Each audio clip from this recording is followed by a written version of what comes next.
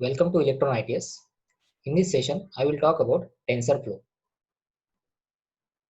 I will cover the meaning of tensor and its types, then how to create computational graph, and how to program for TensorFlow in this session. First, let's talk about tensor and TensorFlow. So tensor is nothing but a data container which consists of a data in different forms like one-dimensional, two-dimensional, or multi-dimensional, and TensorFlow is nothing but a graphical representation where we connect multiple tensors together and the data processing is done through this flow of graph or the connections of the tensors. So that is nothing but TensorFlow. TensorFlow is widely used in speech recognition, text recognition, image classification, and video detection. The major roles are in deep learning, where we use artificial neural network and conventional neural network for image classification, handwritten digit recognition, and etc. Whereas in machine learning, there are different algorithms like regression and classifications. So in that algorithms, we use TensorFlow for the processing. Now, let's discuss about the types of tensors. As I said, tensor can be used as one-dimensional, two-dimensional, or multi-dimensional. So it can be a scalar, which holds a one value, single value. It can be a vector, which holds multiple value, like column vector. It can be a matrix, which consists of more than one dimensional. So we call it as a two-dimensional space, or it can be more than two dimension. So that can be again a tensor. So we call it as a tensor. Right? So either it can be a one dimensional. So this single value,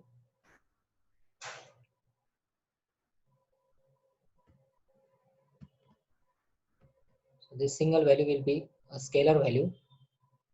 So it is, we call it as a tensor only, one dimension, or it can be a vector. So this we call it as a zero dimension. This is a vector, which is one dimension tensor. This is also a tensor. Then vector is also a tensor, or a matrix which is two dimension.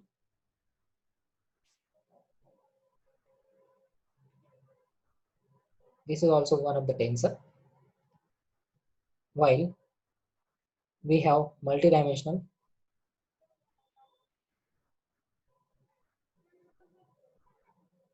which is again a tensor.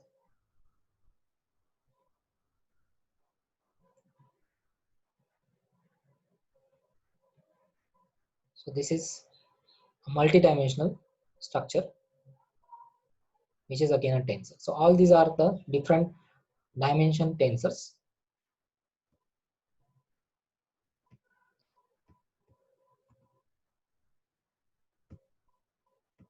Okay, now we'll talk about the graph. So in graph, suppose I want to solve an equation which is a square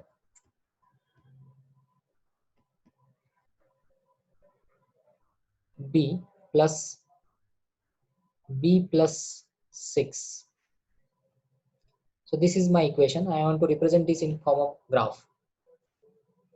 So here we can represent it like this. So here I will place A. Here I will place B. Then here there will be a multiplication. Again a multiplication. And B is connected to this multiplication node. And then here it will be addition. So these are the multiplication. This is add.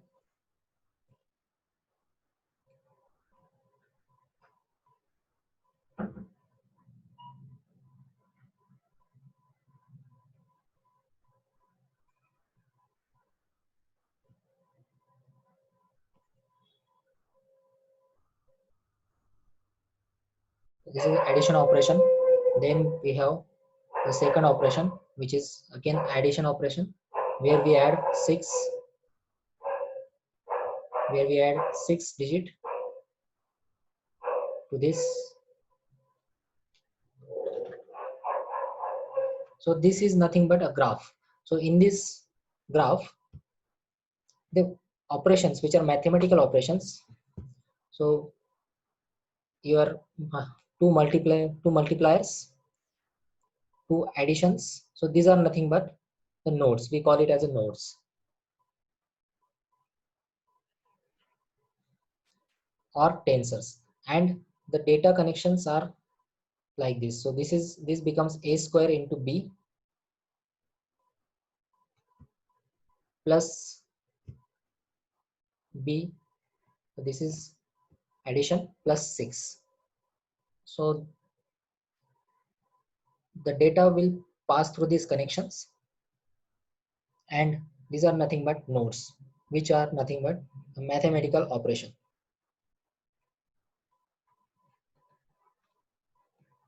or tensors. So instead of load details, we can focus on logic of applications using TensorFlow. To deal with real world application, like application of deep learning, we use TensorFlow. So this is a graphical approach of dealing with TensorFlow. Now let's talk about programming. We use Python language along with TensorFlow. So here, suppose I want to write a simple TensorFlow based code in Python, then we have to follow some steps. First, we have to create the constants. So we have to use constants. Then the operation on this constant, whatever operation we are performing, and we have to create a session for that. So session creation is one of the important step. And at last, we have to run this session. So these are the important things. Constant are the fixed numbers which we can use for our processing. For example, we will use two constants here, x1 and x2, and suppose we want to subtract these two. So here we will use import TensorFlow as tf, and then we will create the constant using tf dot constant and some number or some list will be here. Then similarly we'll create a second constant.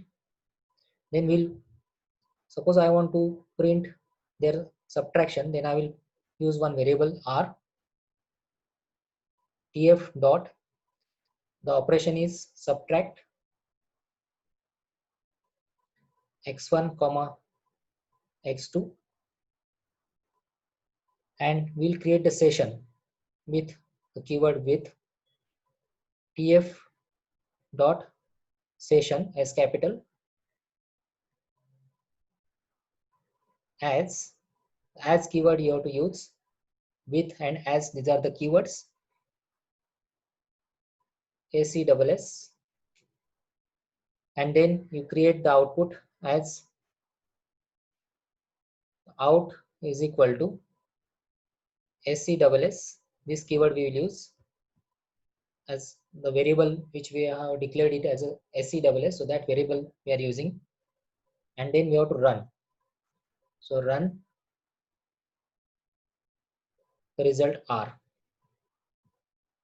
and then finally we'll print the result using print out. So this is the simple code which we can run in TensorFlow. This is a simple subtraction. So initially we have defined the constants or the values, then the operation which we are going to perform, then the session creation, So here we are creating the session, and finally we are running the session. Now let's perform this implementation in Python.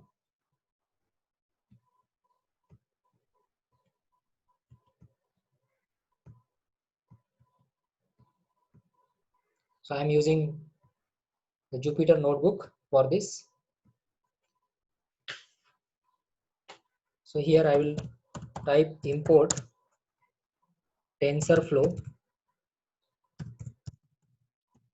dot, instead of using first version I will use second version. So you can use this command to transfer the TensorFlow 1 to TensorFlow 2 compat.v1 to access some features of TensorFlow 2 version,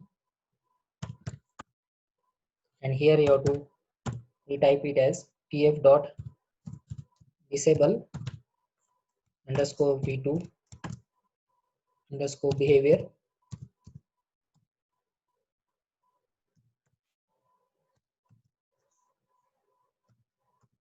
Then create some constants. So tf dot constant.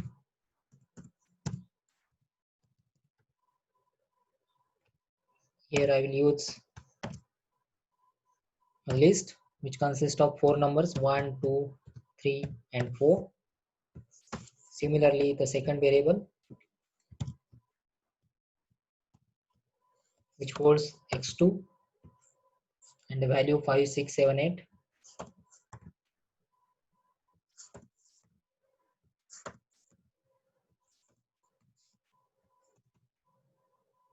And then I will store the result in one variable result. Tf dot subtract x1 my x2 with tf dot session s capital as use any variable SESS, and then output is equal to SESS dot run function. Inside this we have to put the same variable. So result print output. So here we have declared the variables, assigned the values, then this is the operation step and session creation and the running the session, printing the output. So these are the steps. Now let's run this code.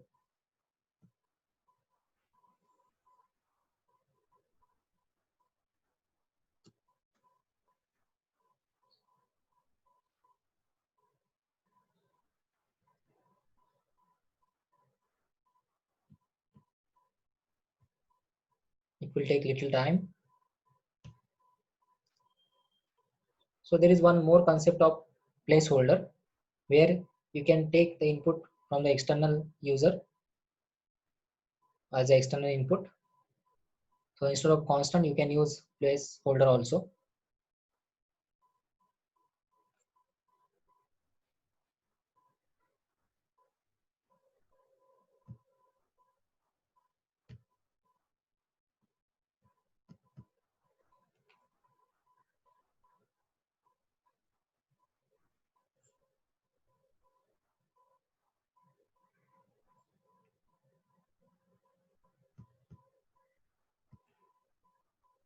So yes, it is showing the result as -4, -4, -4, -4. Means 1 minus 5 is -4, 2 minus 6 -4, 3 minus 7 -4, and 4 minus 8 is -4. So this is how it shows the result. Now next example will take the external input. So I will just copy this initial command,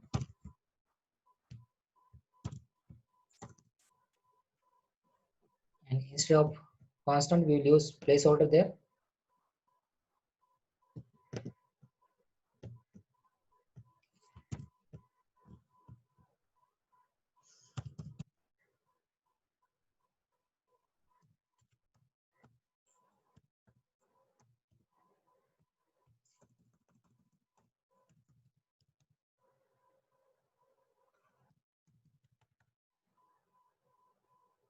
And inside this you have to mention tf dot the data type. There are data types of TensorFlow like integer, then float. So you have to mention the particular data type there and the name of that variable when you are using the placeholder. So here the name is x1,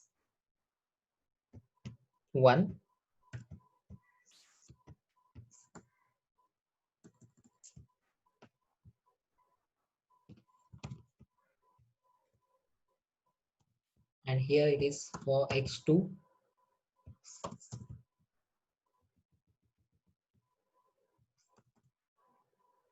Then I will use one more variable which is x3.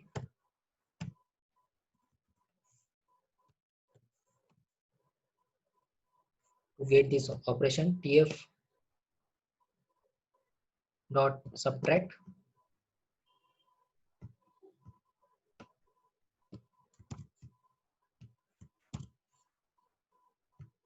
x1 comma x2, and its corresponding name is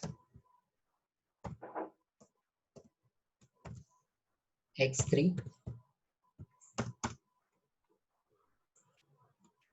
Then with statement,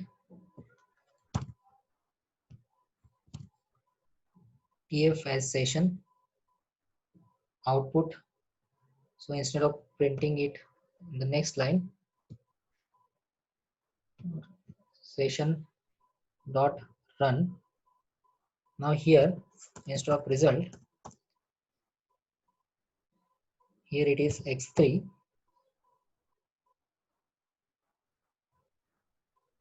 comma, here you have to use feed dictionary to feed the inputs. So here you have to use a dictionary with the variables x1. The value which we are providing is 2.1, and for x2 value I'm providing is 3 in floating point.